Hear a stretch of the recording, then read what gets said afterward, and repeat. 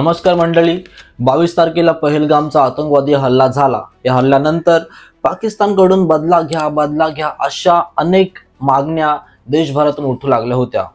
हल्ल्याला 14-15 दिवस उलटून गेले तरी सुद्धा नरेंद्र मोदी सरकारने अजून पण पाकिस्तानवरती एअर स्ट्राईक का केले नाही असा प्रश्न सुद्धा निर्माण होऊ लागला होता। नरेंद्र मोदी घाबरले का, किंवा पाकिस्तान, टर्की आणि चायना या 3 देशांचं जे गठबंधन निर्माण झालंय यांना बघून नरेंद्र मोदी आणि त्यांचे सरकार घाबरले का, असा सवाल, अशी शंका निर्माण झाली होती। पण मित्रांनो, तुम्हाला सांगतो असं काहीच नाही। नरेंद्र मोदी यांनी पाकिस्तानवरती एअर स्ट्राईक न करता 14-15 दिवसांमध्ये पाकिस्तानचा अतिशय भयंकरपणे गळा दाबला होता। पण तुम्हाला माहितीच आहे, जोपर्यंत नरेंद्र मोदी एअर स्ट्राईक करत नव्हते तोपर्यंत भारतातील देशप्रेमींना, सामान्य जनतेला समाधान भेटणं हे शक्यच नव्हतं। पण नरेंद्र मोदी अतिशय हुशार माणूस वेटिंग गेम खेळत होते। 14-15 दिवस उजाडला तरी सुद्धा नरेंद्र मोदी अजून एअर स्ट्राईक का करत नाहीत, याच्यामुळे पाकिस्तान सुद्धा पॅनिक मोडमध्ये गेला होता। तो त्याच्या पश्चिमेकडून पूर्वेकडे सैन्याचं स्थलांतर करत होता, त्याच्या हवाई जहाजांना, त्यांच्या fighter Jaitley ready to war करत होता। या सर्व स्थलांतरामध्ये, या सर्व मेंटेनन्समध्ये, युद्धाच्या सरावासाठी पाकिस्तानचा अगोदरच खूप जास्त खर्च होऊ लागला होता। आणि पाकिस्तानला असं वाटलं होतं की नरेंद्र मोदी नुसता देखावा करतोय। आता ह्या देखाव्यामध्ये वाढ करण्यासाठी 7 तारखेला म्हणजे आज संपूर्ण देशभरामध्ये ब्लॅकआउट आणि मॉक ड्रिल करण्याचा निर्णय घेतला होता। हा सुद्धा निर्णय पाकिस्तानला फक्त देखावा वाटला, पण या देखाव्याच्या पाठीमागे 6 तारखेच्या रात्री, मध्यरात्री 1 ते 1:30च्या सुमारास भारतीय सेनेने, वायुदलाने ऑपरेशन सिंदूरचा जयघोष करत पाकिस्तानमधील 9 ठिकाणांवरती अतिशय अचूक अशी मिसाईल आक्रमण केलं। पाकिस्तानमध्ये न घुसता पाकिस्तान मेनलँडमधील 9 आतंकवादी ठिकाणांना उद्ध्वस्त करून टाकलं आणि पाकिस्तानला त्याची लायकी दाखवून दिली। आता या व्हिडिओमध्ये हे ऑपरेशन सिंदूर का महत्त्वाचं होतं, या ऑपरेशनला ऑपरेशन सिंदूर हेच नाव का देण्यात आलं, आणि या ऑपरेशन सिंदूरमुळे पाकिस्तानला कोणता धडा भेटणार आहे, या सर्वांचा आपण आढावा घेणार आहोत। मित्रांनो नमस्कार, मी प्रतीक वाघमारे। जर तुम्ही पहिल्यांदा मित्राच्या यूट्यूब चॅनलवरती आला असाल तर पटकन व्हिडिओच्या खालचं सबस्क्राईबचं बटन दाबून घ्या आणि मित्राच्या यूट्यूब चॅनलला सबस्क्राईब करून घ्या। आता सर्वात पहिले आपण जाणून घेऊया की ऑपरेशन सिंदूरमध्ये भारताने पाकिस्तानमधील जे 9 ठिकाणं उद्ध्वस्त केली आहेत ते कोणती आणि कशा प्रकारे आहेत।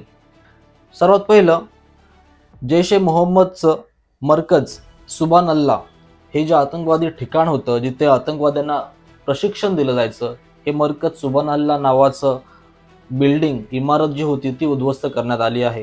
त्याच्यानंतर लष्कर तैयबाचं मरकज तैयबा हे मरिदकेमधील हे एक मस्जिद होती, इथे सुद्धा अनेक आतंकवाद्यांना ट्रेनिंग दिली जात होती, जे आतंकवादी पुढे भारतामध्ये येऊन दहशतवादी हल्ला करत होते।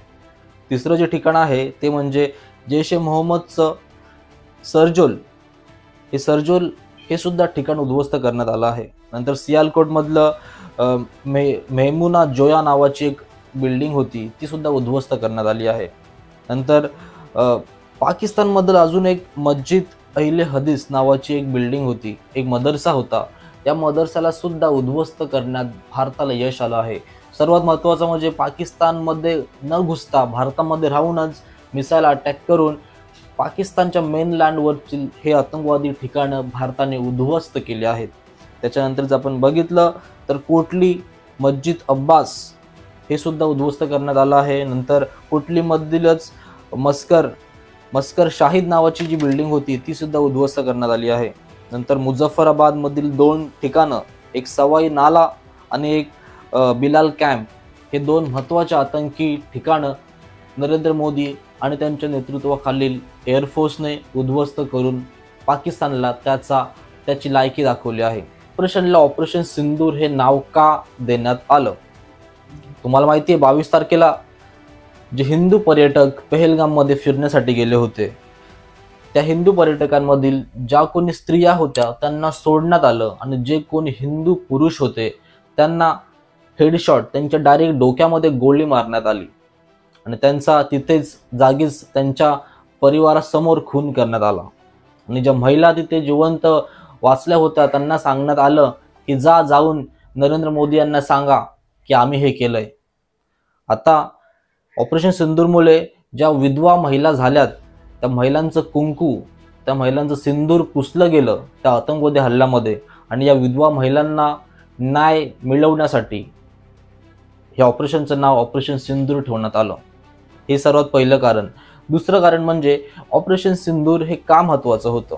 आता जे 9 ठिकाणांवरती मिसाईल अटॅक केला आहे, या 9 ठिकाणावरती रोज पाकिस्तानच्या वेगवेगळ्या भागातून आतंकवाद्यांची भरती केली जायची. या आतंकवाद्यांचं ब्रेन वॉश केलं जायचं. यांना एकच शिकवलं जायचं की तुमचा एकच टार्गेट, तो म्हणजे हिंदुस्थान, भारतामध्ये, जम्मू काश्मीरमध्ये जी शांतता सुरू आहे ती शांतता उद्ध्वस्त करणे. कारण का, यांना हे पचत नव्हतं. हे जलकुटापणा फील करत होते. त्यांना वाटत होतं की जम्मू काश्मीरमध्ये एवढी शांतता कशी होऊ शकते, एवढी शांतता, सुख जम्मू काश्मीरमध्ये कसं येऊ शकतं. आणि हीच शांतता, हेच सुख पाकिस्तानमध्ये बसलेल्या ह्या आतंकवाद्यांच्या पोटामध्ये टोचत होतं. आणि त्यांना ट्रेनिंग दिली जायची, त्यांना पैशाची लालच दिली जायची, त्यांना जन्नतची लालच दिली जायची. आणि त्यांचा ब्रेनवॉश करून त्यांना मग अनधिकृतपणे LOC क्रॉस करून भारतामध्ये, जम्मू काश्मीरमध्ये आतंकवादी हल्ले करण्यास पाठवलं जायचं. त्यामुळे हे 9 ठिकाणं लष्कर ए तैयबा आणि ते काय जैश ए मोहम्मद यांचे हे जे ठिकाणं होती ते उद्ध्वस्त करणं हे अत्यंत गरजेचं होतं भारताच्या सुरक्षतेच्या दृष्टिकोनातून. सर्वात महत्त्वाचं म्हणजे ऑपरेशन सिंदूरचा आगाज करून, ऑपरेशन सिंदूर अचूकपणे त्याला पूर्ण करून भारत सरकारने, हिंदुस्थानने पाकिस्तानला स्पष्ट शब्दात सांगितलं आहे की तू चायनाला सोबत घे, की तू टर्कीला सोबत घे, की तुमचे जेवढे काही 57 मुस्लिम देश आहेत कुणाला पण सोबत घे, पण भारत हा पाकिस्तानसमोर झुकणार नाही, तुमच्या आतंकवाद्यांसमोर झुकणार नाही. तुम्हाला आणि तुमच्या आतंकवाद्याला भारताच्या मर्जीनुसार जेव्हा वाटेल तेव्हा कधीही हवाई हल्ला करून तुमची कंबर तोडण्यामध्ये भारत सक्षम आहे, हे सांगणं महत्त्वाचं होतं. आणि हे सांगण्यासाठीच ऑपरेशन सिंदूर याचा आगाज करणं महत्त्वाचं होतं. म्हणून ऑपरेशन सिंदूर हे सक्सेसफुली पार पाडल्यामुळे पाकिस्तानला त्याची लायकी समजली असेल. आता पाकिस्तान काय विचार करेल की चला आता ऑपरेशन सिंदूर भारताने केलं, आता याच्यावरती आपण प्रत्युत्तर देऊया. पण तेवढी पाकिस्तानची लायकी नाहीये. पाकिस्तानला माहिती आहे जर आपण प्रत्युत्तर केलं तर भारत आपल्याला सोडणार नाही, आपलं अजून नुकसान होईल. आणि जर तुम्ही सकाळपासून बघितलं ऑपरेशन सिंदूर बातमी जेव्हा आली समोर तेव्हापासूनच पाकिस्तानचे जे ट्विटरवरती, युट्यूबवरती अनेक फेक व्हिडिओज दाखवायला सुरुवात करू लागले की पाकिस्तानने भारताचे राफेल, सुखोई, मिराज असे 5 विमानं पाडली. हे सर्व खोटं आहे. हे जुन्या व्हिडिओ, जुने फोटोज एडिट करून तुम्हाला दाखवतायत, तुमचा ब्रेन वॉश करतायत. त्यांच्या ब्रेन वॉशच्या जाळ्यामध्ये अडकू नका. भारत सरकारने, मोदी सरकारने ऑपरेशन सिंदूरच्या मार्फत पाकिस्तानची चांगली जिरवली आहे, त्याला त्याची लायकी दाखवली आहे. मित्रांनो, एवढं बोलण्यातच मला एक देशभक्तीची भावना फील होते, अंगावरती काटा येतोय. आणि मला पूर्णपणे वाटतंय की आपला देश हा मोदी सरकारच्या नेतृत्वाखाली सुरक्षित आहे. मोदी सरकार आपली देशाच्या सुरक्षतेची काळजी घेण्यास सक्षम आहे. एवढंच बोलू की मला ओरडण्याचं मन करतंय, भारत माता की जय बोलण्याचं मन करतंय. तुम्ही सुद्धा सक्षम व्हा. तुम्ही सुद्धा जर युद्धाची गरज पडली तर लढण्यासाठी सक्षम व्हा. कारण अशी सिच्युएशन, अशी संधी खूप कमी येते. ती संधी चालून आले, संधीचा फायदा उचला, देशभक्ती दाखवा आणि देशासोबत, सरकारसोबत उभे राहा.